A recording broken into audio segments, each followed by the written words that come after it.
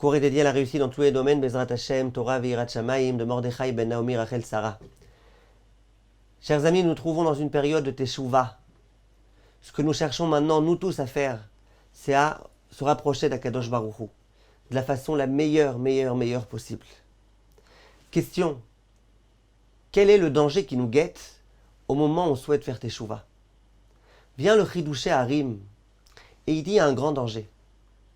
Quelquefois, l'homme, alors qu'il s'est fixé maintenant 1 heure d'introspection, il risque de passer son heure à se rappeler du mal qu'il a commis, et à continuer à fouiller ce mal-là, et à se rappeler de tout type de souvenirs, et à s'attrister énormément, et comment j'ai pu faire ceci, et comment j'ai pu faire cela, et comment, et pourquoi, et combien c'était bien là-bas, et combien c'était mal, et combien c'était ça, est-ce que c'était vraiment une faute, est-ce que c'était pas une faute, est-ce que machin, est-ce que truc.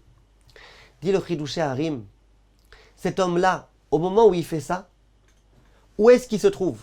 Il se trouve dans le bien ou il se trouve dans le mal? Dit le Chidouché Harim, là où se trouve l'esprit de l'homme, là où se trouve la pensée de l'homme, c'est là que l'homme se trouve. C'est-à-dire que quand tu continues à fouiller, à remuer pendant des heures et des heures et des heures les fautes que tu as commises pendant toute ton année, d'une certaine façon, c'est là-bas que tu te trouves. Alors que là où tu devrais te trouver pendant cette période de Teshuvah, c'est l'inverse. C'est te rapprocher à Kadosh Baruch Hu, te jeter dans les bras d'Akadosh Baruch Hu. C'est ça que tu devrais faire. Alors bien évidemment, le jour de Kippour, au moment où on demande pardon à Kadosh Baruch Hu, et on dit qu'on a parlé du Lashon Hara, il faut se souvenir du fait qu'on ait parlé du Lashon Hara et demander pardon. Bien évidemment, quelqu'un qui retombe sans arrêt dans la même faute, il faut qu'il essaye de se rappeler de ça juste pour pouvoir essayer de comprendre comment s'en sortir. Mais de passer son temps à se focaliser sur le mal qu'on a fait, et encore le mal, et le mal, et le mal, et le mal, dit le Chidouché Harim, c'est dommage. Ce moment-là, il aurait pu aller chercher des pierres précieuses, il aurait pu trouver des diamants. Dit le Rav, et c'est à ce propos qui est écrit dans le Passouk, dans le verset, Sour mera va asetov. Écarte-toi du mal et fais le bien. C'est quoi, écarte-toi du mal et fais le bien? C'est-à-dire, ok, le mal, il existe, tu l'as commis, allez, ciao le mal, au revoir, maintenant, asetov. L'essentiel, ça doit être dans le bien. L'essentiel, ça doit être dans le fait que tu vas transformer maintenant ton comportement. Et c'est quoi transformer son comportement? Il y a un grand Rav qui racontait l'histoire suivante. Il disait un jour, il y avait 2 frères qui ont été joués dans la rue.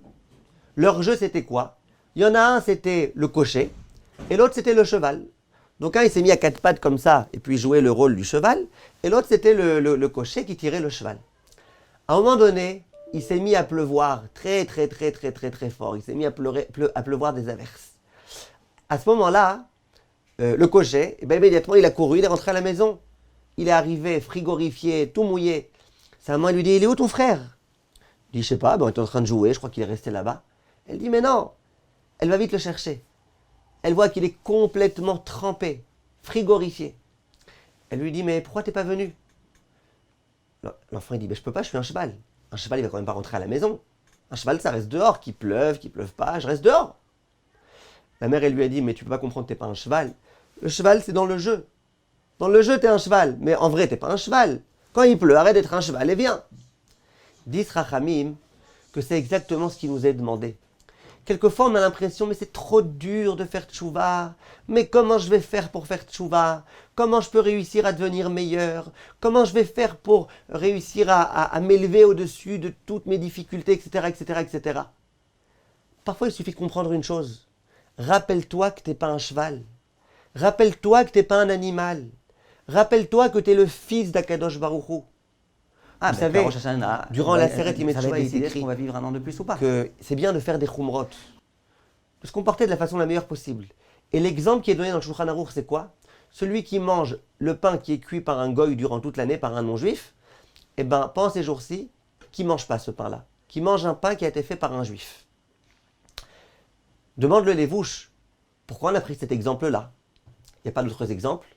Je crois qu'il aurait pu dire celui qui, en général, ne fait pas telle et telle chose, là qu'il la fasse. Pourquoi cet exemple-là du pain qui a été cuit par un non-juif? Dit le Lévouche, l'un des très grands décisionnaires. Il dit parce que si le juif il veut se rapprocher d'Hachem durant ces jours-ci, il faut qu'il comprenne, je suis un juif. Le non-juif aussi, il est important, il a une grandeur, c'est un être humain. Mais moi, je suis un juif. Moi, d'une certaine façon, je suis encore beaucoup plus important. Je suis le fils d'Akadosh Baruch Hu.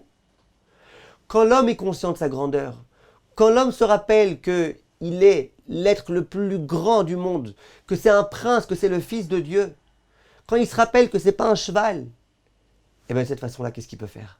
Il peut se rapprocher d'Hachem de façon extraordinaire. Et très souvent, c'est le conseil qu'on donnera aux gens. Le Zohar HaKadosh, au moment où il nous parle de la Teshuvah, il compare un petit peu la Teshuvah et le fait de se dépoussiérer de toutes ces avérotes au coq. Comme ça, le Zohar HaKadosh dit. Demande Chachamim, quel rapport avec le coq? On sait que le coq, la poule, eh ben, ils aiment bien parfois être dans la poussière, jusqu'à ce qu'ils soient complètement sales. Après, quand ils ont envie de se nettoyer, qu'est-ce qu'ils font? Ils remuent, ils secouent tout leur corps comme ça, toutes leurs plumes d'un coup. Ils ne vont pas commencer à nettoyer une plume, puis après une autre plume, puis après une autre plume, puis après... Ils se secouent complètement. Et de cette façon-là, ils enlèvent leur avérote. Ils enlèvent leur saleté. Ben, quelquefois, au lieu de s'attarder sur tel et tel point, là je suis pas bien, là je suis pas bien, là je suis pas bien, là je suis pas bien, le mieux c'est de dire qu'est-ce que je vais faire maintenant pour être mieux? Comment je vais sauter dans les bras d'Akadosh Baruch Hu? Comment je vais accepter dorénavant de prendre des décisions qui vont me permettre de devenir quelqu'un de meilleur? Si je prends par exemple sur moi d'aller tous les jours écouter un cours de Torah d'1 heure, vous ne pensez pas que c'est quelque chose de grandiose? Vous ne pensez pas que c'est une chose qui c'est une seule chose, un point, mais c'est un point qui va permettre de résoudre plein de problèmes? Croyez-moi que si. Au lieu de s'attarder sur chaque petite plume, essayons de trouver quelque chose qui va nous permettre de grandir, qui va nous permettre de nous élever et surtout de nous rapprocher d'Akadosh Baruch Hu. Au lieu de se concentrer sur le mal, Chachamim disent aussi que lorsque quelqu'un a un petit peu de boue sur sa veste, si au moment où la boue elle est encore fraîche, il essaye de l'étaler, pour la retirer, elle va s'étaler. Ça va être encore plus difficile après de la retirer. Le mieux c'est, laisse tomber pour l'instant, attends que ça sèche. Une fois que ça aura séché, tu retireras. Dit Rachamim, le Rabbi Dermen, il ramène ça. Il dit c'est pareil avec les avérotes.